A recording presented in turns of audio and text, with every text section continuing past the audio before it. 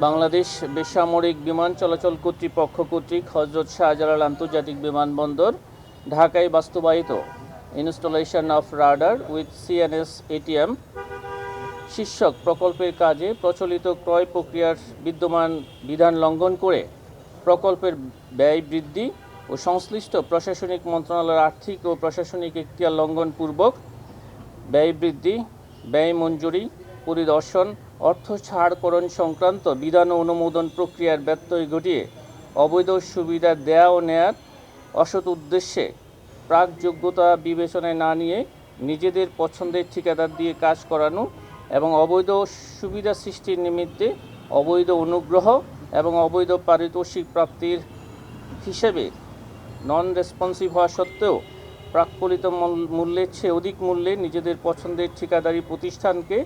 প্রয়োজনীয় যোগ্যতা না থাকা সত্ত্বেও কার্যাদেশ প্রদান করে স্পেসিফিকেশন অনুযায়ী কাজ না করে এবং বিদেশি ঠিকাদারি প্রতিষ্ঠানের আড়ালে স্থানীয় প্রতিষ্ঠান অ্যারোনেস ইন্টারন্যাশনাল লিমিটেডের মাধ্যমে কাজ করে প্রায় 200 কোটি টাকা আত্মসাতের অভিযোগে জনাব তারিক আহমেদ সিদ্দিকী, সাবেক প্রধানমন্ত্রী সামরিক উপদেষ্টা, জনাব মোহাম্মদ মহিবুল হক, সাবেক সিনিয়র সচিব, বেসামরিক বিমান পরিবহন ও পর্যটন মন্ত্রণালয় সহ 10 জনের বিরুদ্ধে দণ্ডবিধির সংশ্লিষ্ট ধারা এবং দুর্নীতি প্রতিরোধ আইন 1947-এর সংশ্লিষ্ট ধারায় আজ একটি মামলা রুজু হয়েছে। একই প্রক্রিয়া অনুসরণ করে বাংলাদেশ বেসামরিক বিমান চলাচল কর্তৃপক্ষ কর্তৃক বাস্তবায়িত হজরত শাহজালাল আন্তর্জাতিক বিমানবন্দর ঢাকা এর সম্প্রসারণ কাজে প্রচলিত ক্রয় প্রক্রিয়ার বিদ্যমান বিধান লঙ্ঘন করে প্রকল্পের ব্যয় বৃদ্ধি, কাজ স্পিড আপ করে এবং সংশ্লিষ্ট প্রশাসনিক মন্ত্রণালয়ের আর্থিক ও প্রশাসনিক এখতিয়ার লঙ্ঘনপূর্বক ব্যয় বৃদ্ধি, ব্যয় মঞ্জুরি, পরিদর্শন, অর্থ ছাড়করণ সংক্রান্ত বিধান ও অনুমোদন প্রক্রিয়ার ব্যত্যয় ঘটিয়ে অবৈধ সুবিধা দেয়া নেয়ার অসৎ উদ্দেশ্যে প্রাক যোগ্যতা বিবেচনায় না নিয়ে নিজেদের পছন্দের ঠিকাদার দিয়ে কাজ করানো এবং অবৈধ সুবিধা সৃষ্টির নিমিত্ত অবৈধ অনুগ্রহ এবং অবৈধ পারিতোষিক প্রাপ্তির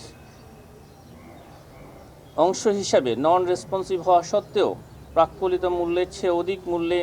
নিজেদের পছন্দের ঠিকাদারি প্রতিষ্ঠানকে প্রয়োজনীয় যোগ্যতা না থাকা সত্ত্বেও কার্যাদেশ প্রদান এবং স্পেসিফিকেশন অনুযায়ী কাজ না করে এবং বিদেশি ঠিকাদারি প্রতিষ্ঠানের আড়ালে স্থানীয় প্রতিষ্ঠান অ্যারোনেস ইন্টারন্যাশনাল লিমিটেডের মাধ্যমে 250 কোটি টাকা আত্মসাতের অভিযোগ সংশ্লিষ্ট জনাব তারিক আহমেদ সিদ্দিকী,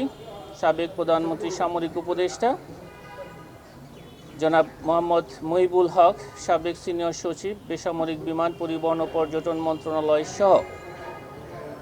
10 জনের বিরুদ্ধে দণ্ডবিধির সংশ্লিষ্ট ধারা এবং দুর্নীতি প্রতিরোধ আইন 1947-এর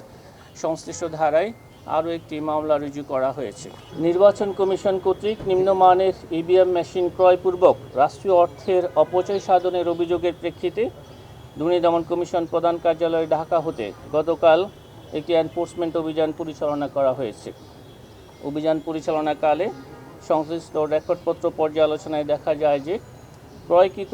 ইভিএম মেশিনগুলো নির্বাচন কমিশন প্রধান কার্যালয়, 10টি আঞ্চলিক কার্যালয় এবং বিএমটিএফে সংরক্ষিত আছে। তবে অভিযানকালে নির্বাচন কমিশনের সংশ্লিষ্ট কর্মকর্তা 1599টি মেশিন কোথায় রয়েছে সে বিষয়ে কোনো হদিস দুদক টিমের নিকট উপস্থাপন করতে পারেনি। অভিযানকালে টিম আরও দেখতে পায় ইভিএম মেশিনগুলো অযত্ন অবহেলায় পড়ে আছে, যেগুলিকে বাহ্যিক দৃষ্টিতে কর্মক্ষম বলে মনে হয়নি। তৎপ্রেক্ষিতে নির্বাচন কমিশনের প্রধান কার্যালয়ে সংরক্ষিত 618টি মেশিনের মধ্যে দৈব চয়নের মাধ্যমে কয়েকটি মেশিনের অপারেশনাল ক্যাপাসিটি যাচাই করা হয়। যাচাইকালে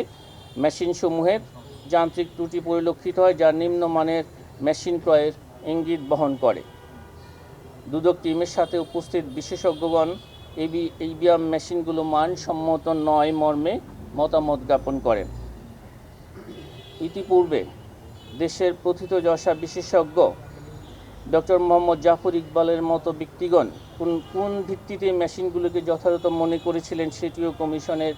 দৃষ্টিগোচরে আনা আবশ্যক মর্মে প্রতিমান হয়েছে টিমের নিকট। এই সংক্রান্তে নির্বাচন কমিশন হতে রেকর্ডপত্র সংগ্রহ করা হয়। সংগৃহীত রেকর্ড পর্যালোচনাপূর্বক এনফোর্সমেন্ট টিম কমিশন বরাবর একটি পূর্ণাঙ্গ প্রতিবেদন দাখিল করবেন এবং সেই প্রতিবেদনের আলোকে পরবর্তীতে এই বিষয়ে সিদ্ধান্ত গ্রহণ করা হবে।